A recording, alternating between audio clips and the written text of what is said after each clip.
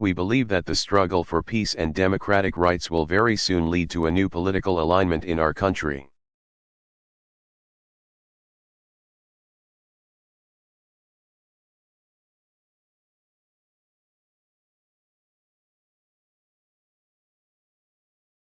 Which we believe will break through the pattern of the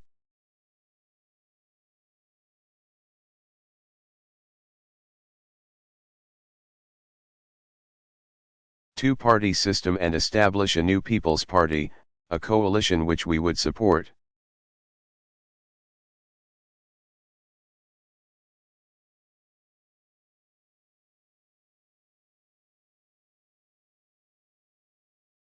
We will prove that what is called capitalism has existed only a comparatively short time in the United States.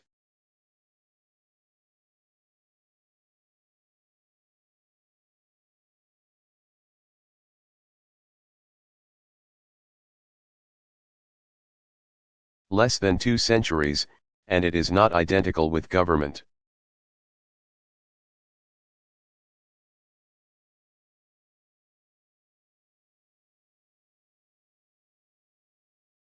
It is neither the first nor the last stage of human society.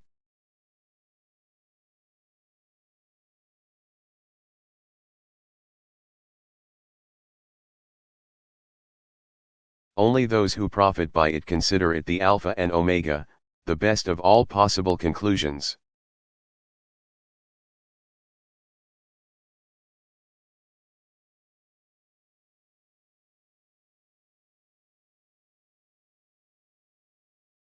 Before capitalism there was feudalism, when the feudal lords owned the land and lived on the labor of their serf.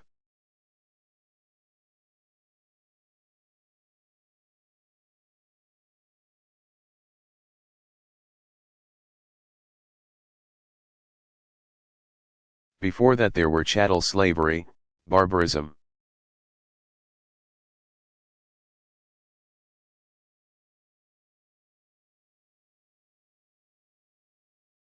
Capitalism developed and supplanted feudalism.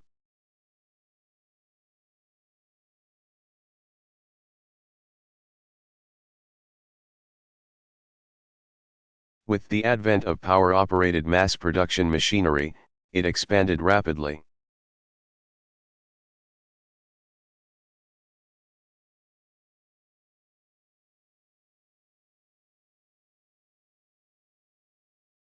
Controlled by an ever smaller group as free competition was replaced by monopoly.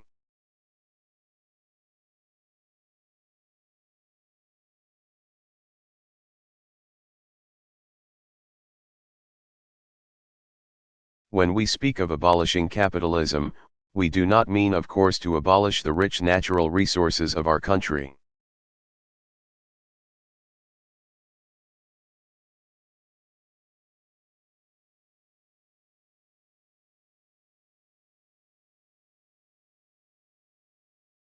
Nor the vast productive industries which have been developed by the labor of its people.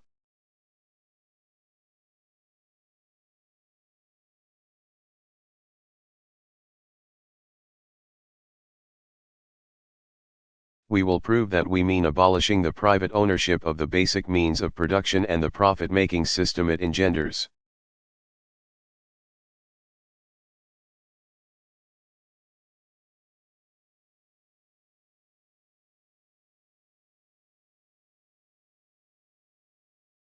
Which permits a few, the capitalistic class, to exploit the many.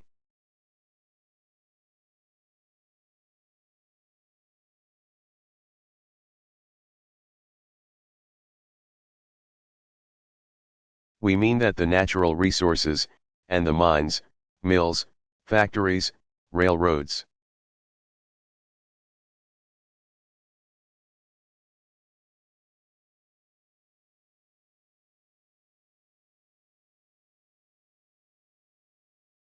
means of communication, shall be owned in common by all the people as state property to be.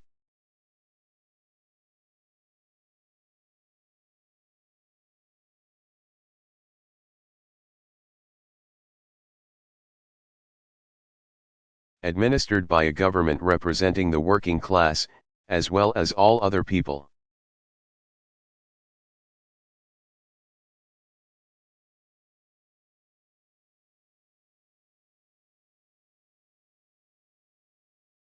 We don't mean that personal or private property is abolished in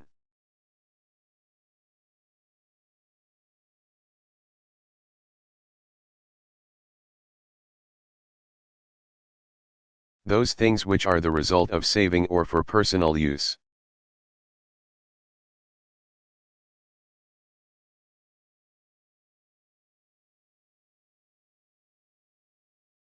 What will be abolished is the use of private property to exploit the labor of another.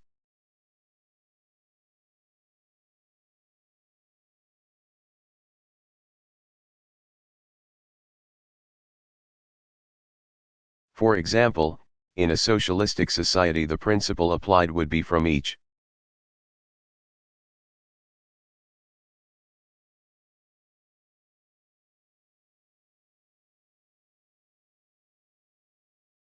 According to his ability to each according to this work, which is identical with what St.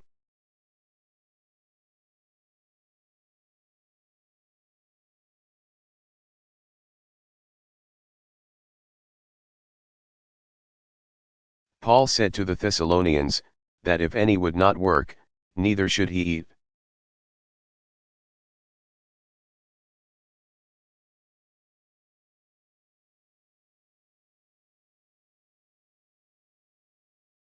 In a communist society, as differentiated from a socialistic society,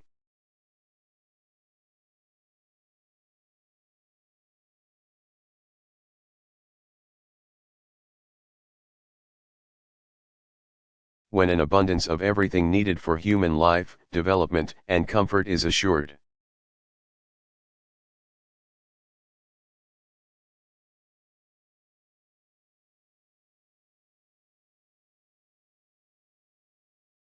the principle would then be from each according to his ability, to each according to his needs.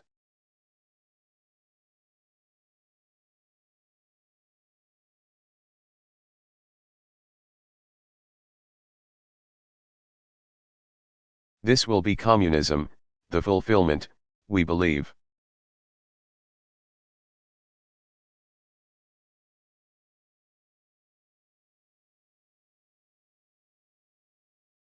of an ideal human society, which we believe to be possible and desirable.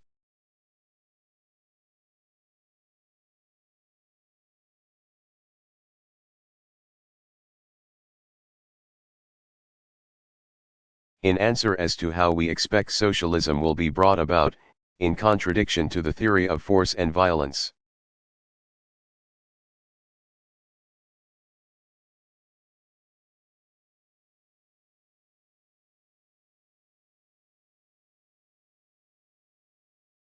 we will prove, as I have said, it cannot be the result of our efforts alone, but it can be the result of the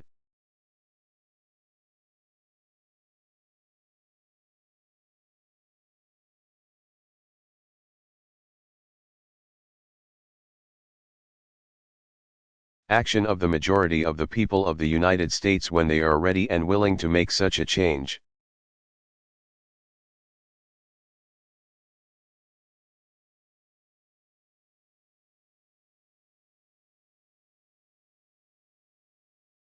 We will show that we sincerely denounce in our Constitution any group or party which conspires or acts to subvert,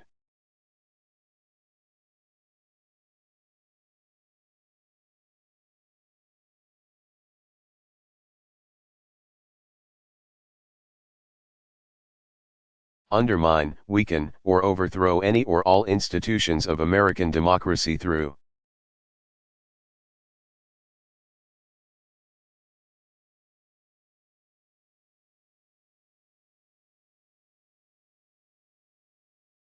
which the majority of the American people can maintain their rights to determine their destinies.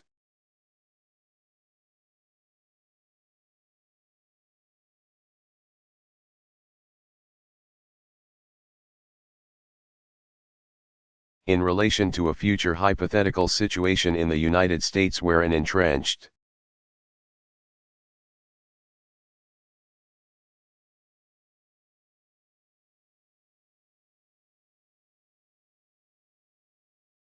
capitalist minority might use force to thwart the will of the people who voted for and are ready to make the transition to socialism.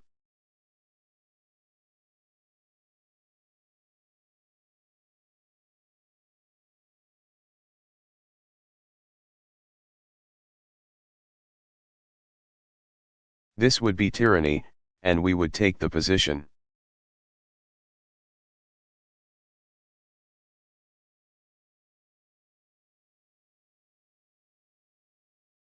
that the people would be justified to use force to overthrow it.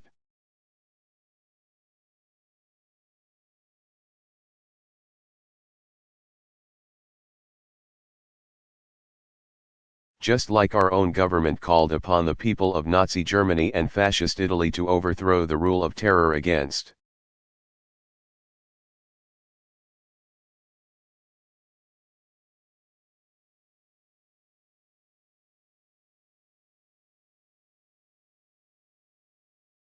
the people and aid the underground resistance movement in all fascist-occupied countries.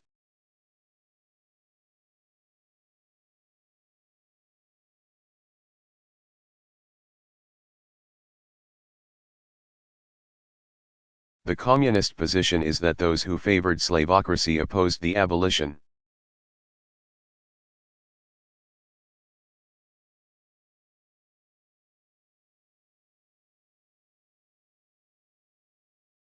of human slavery in the past. It is quite possible that a die-hard capitalist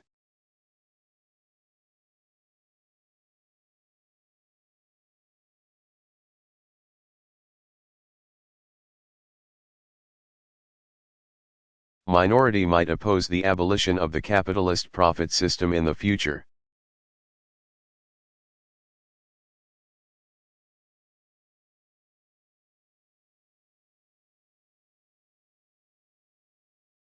Here, as in England and elsewhere, we communists strive for a peaceful road to socialism.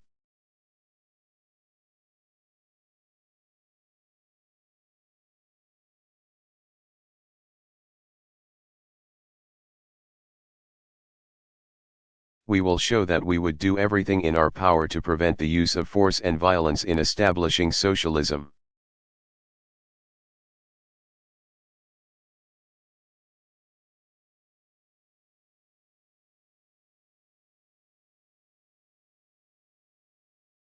Which we know full well cannot be undertaken here or elsewhere.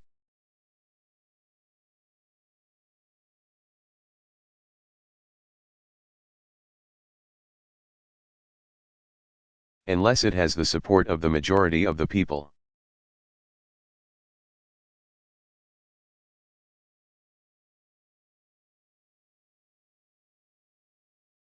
But we cannot, of course,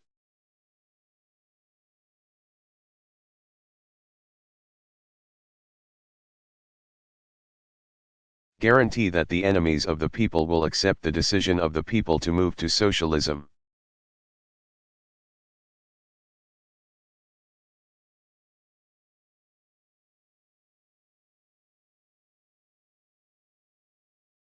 Socialism, however, is not yet on the order of the day, let me repeat, in the United States.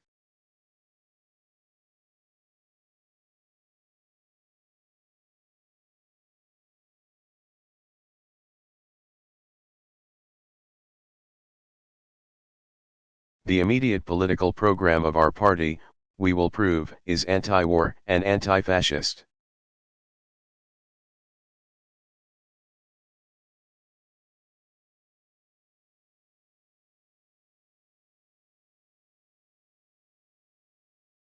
For a People's Front government, a government dedicated to assure the well-being of the people.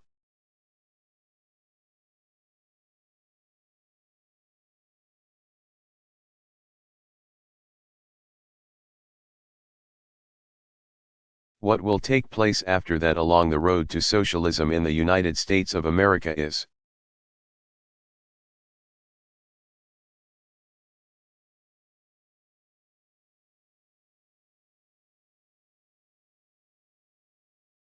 something history and the American people will determine, but which no one can here blueprint.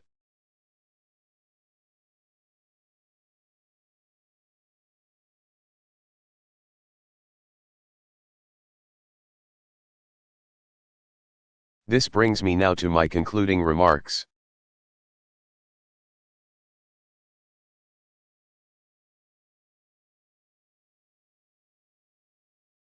We are here before you as defendants in the Smith Act case.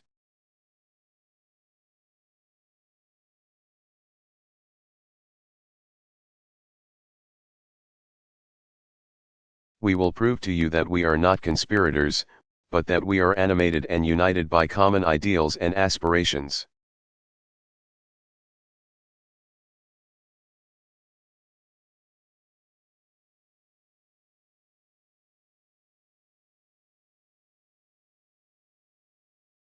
With courage to affirm our beliefs, faith in the people and the future.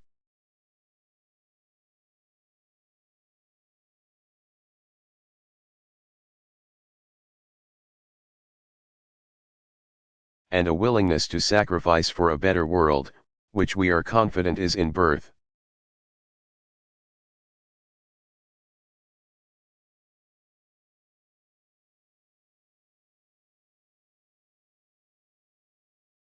Nevertheless, it is incumbent on the government,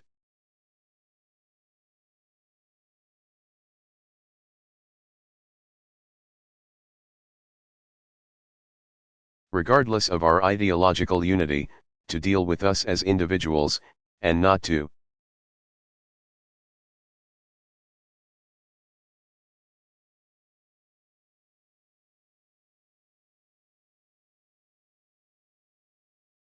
lump us together as a conspiracy because of the identity of our political views.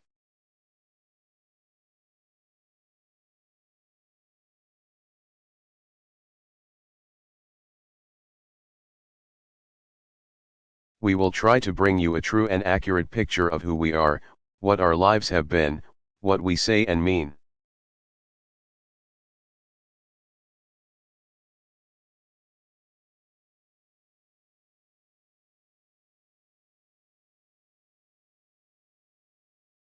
What we live by day, and the relation of all this immediate activity to our ultimate aims.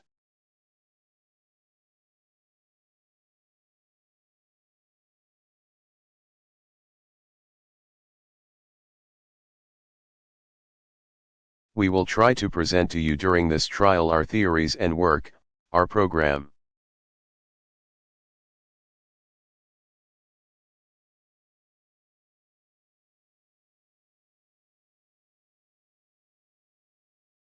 And our ultimate goal, the unity of theory and practice as it says in the books.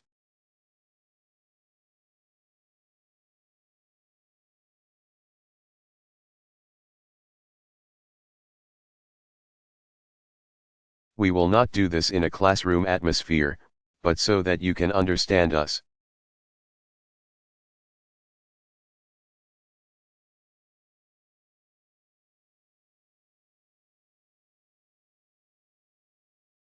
In terms of our own knowledge and experience, regardless of whether you agree with us.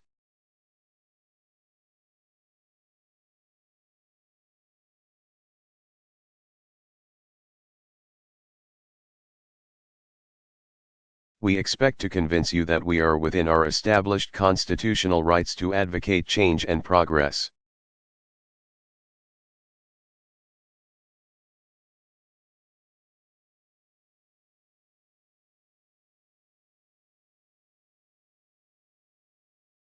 To advocate socialism, which we are convinced will guarantee to all our people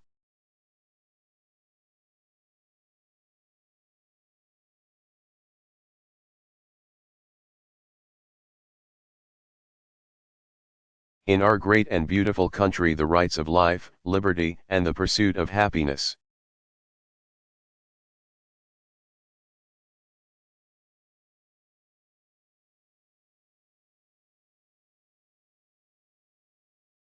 Whether we are right is no issue here, and no jury, in this or any other trial, but time alone, will decide.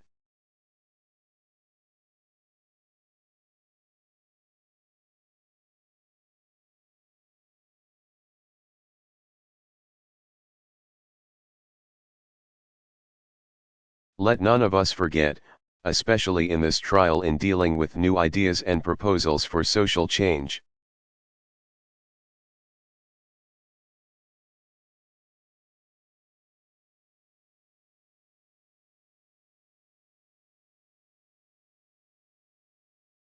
The wise words of Abraham Lincoln, "This country with its institutions belongs to the people who inhabit it."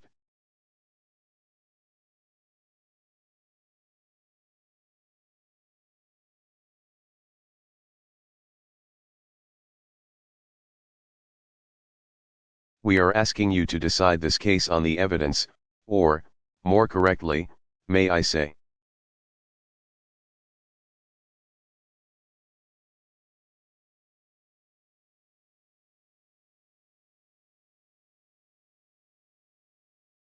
on the lack of evidence which we are confident will be glaringly revealed long before this trial is over.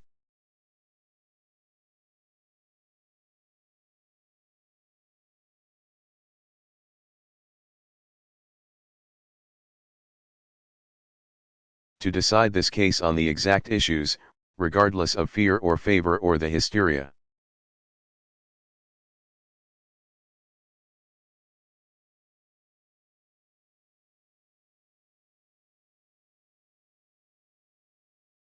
Or prejudice which we all know very well does exist among some groups in the community.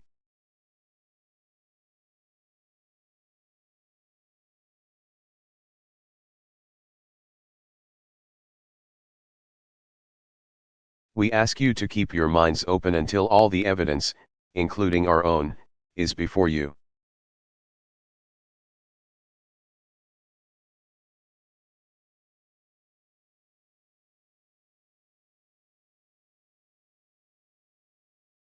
Then you will be shown that we do not advocate the overthrow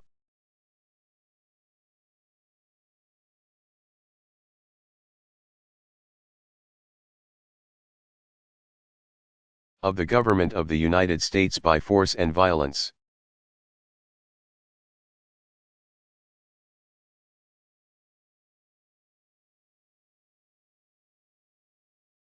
NOTE, interruptions or interpolations by the court or by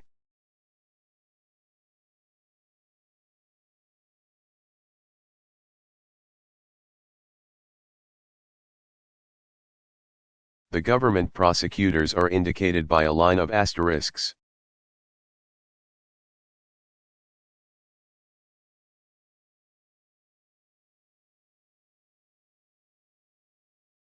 Emma Goldman.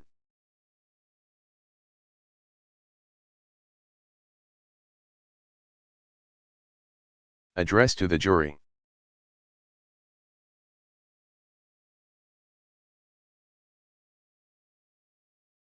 Delivered July 9, 1917, New York.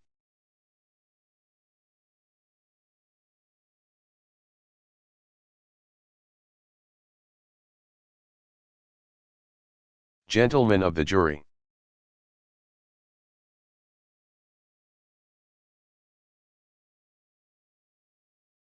As in the case of my co-defendant, Alexander Berkman.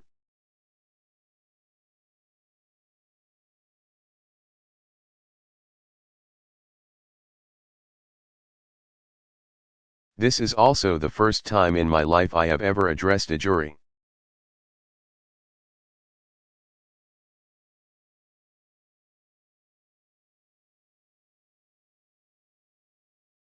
I once had occasion to speak to 3 judges.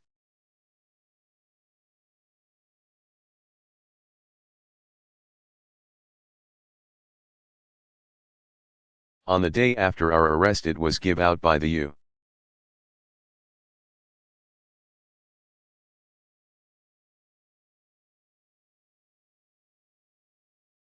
U.S. Marshal and the District Attorney's Office that the big fish of the no conscription activities had been caught.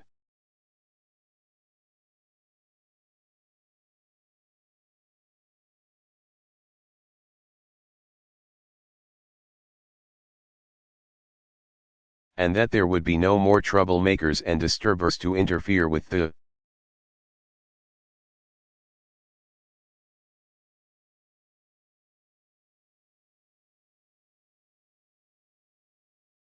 Highly democratic effort of the government to conscript its young manhood for the European slaughter.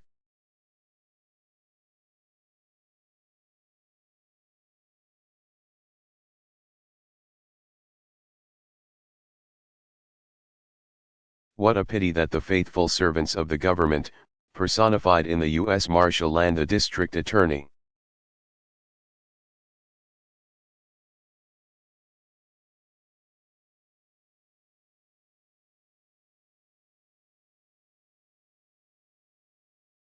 should have used such a weak and flimsy net for their big catch.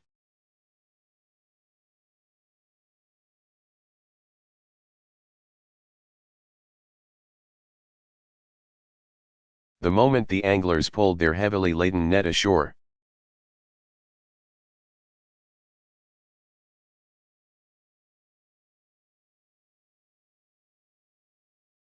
it broke, and all the labor was so much wasted energy.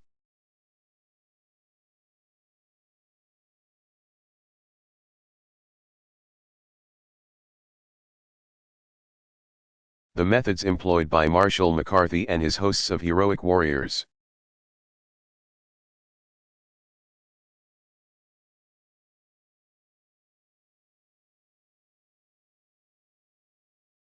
Were sensational enough to satisfy the famous circus men, Barnum and Bailey.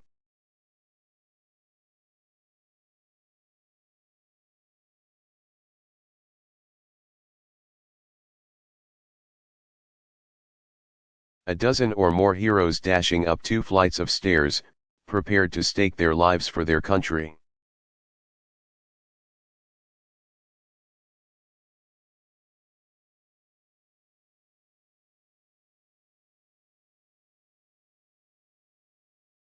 Only to discover the 2 dangerous disturbers and troublemakers, Alexander Berkman and Emma Goldman.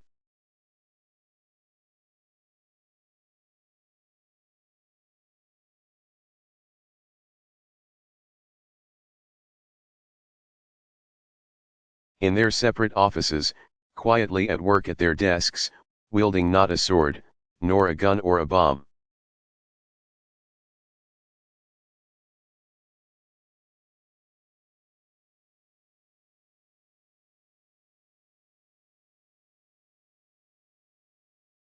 But merely their pens.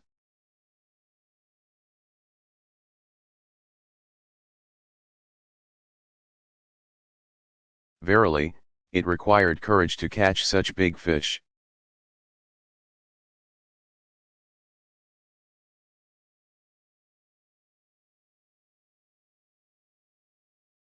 To be sure, tow officers equipped with a warrant would have sufficed to carry.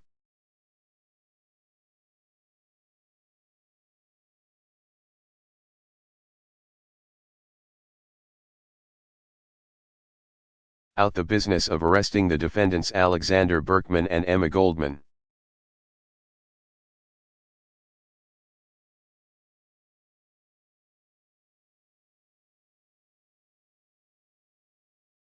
Even the police know that neither of them is in the habit of running away or hiding under the bed.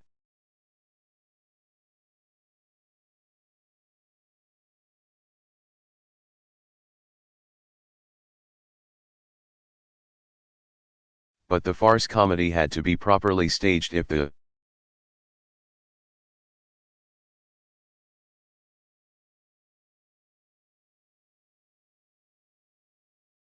Marshal and the District Attorney were to earn immortality.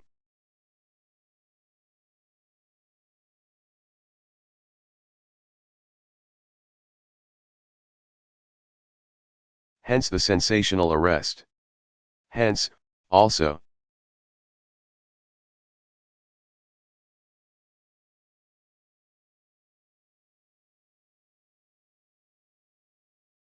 the raid upon the offices of the Blast, Mother Earth, and the No Conscription League.